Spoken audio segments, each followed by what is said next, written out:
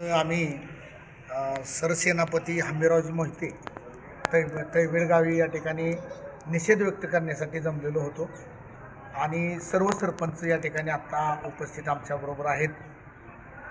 या ठिकाणी दोन्ही घटना वेगवेगळ्या असताना सुद्धा त्या प्रकरणाला मंत्री महोदयांच्या प्रकरणाला महत्त्व यावं म्हणून आदरणीय सरसेनापती हंबीररावजी मोहिते यांचा संदर्भ दिला गेला।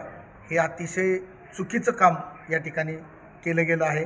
संबंधित पत्रकार असतील त्याबद्दल कोणी आणखीन संजय राऊत साहेब असतील यांनी उल्लेख केला असेल तर त्यांनी या महाराष्ट्राची माफी मागावी। सरसेनापती हंबीररावजी मोहिते यांच्या तलवारीची धार त्या काळी जी होती तीच आजही आहे। त्यांनी केलेलं कार्य छत्रपती शिवाजी महाराजांच्या खांद्याला खांदा लावून जीवाची बाजी लावून लढलेला सरसेनापती हंबीररावजी मोहिते साहेब या ठिकाणी महाराष्ट्राला परिचित आहेत। हे नाव घेतल्यानंतर या ठिकाणी अंगावरती शहरा येतो।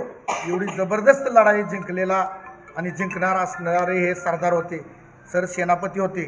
छत्रपतींच्या राज्यामध्ये लढाई जिंकण्यामध्ये सिंहाचा वाटा कोणाचा होता तर आदरणीय सरसेनापती हंबीररावजी मोहिते मामांचा होता।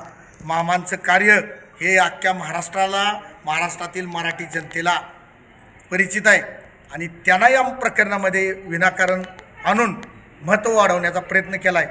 ज्यांनी केला त्यांचा सगळ्यांचा आम्ही या ठिकाणी महाराष्ट्राच्या सरपंचांच्या वतीनं मी निषेध व्यक्त करतो आणि या ठिकाणी सरसेनापती हंबीररावजी मोहिते यांना या ठिकाणी आम्ही नम्र अभिवादन करतो।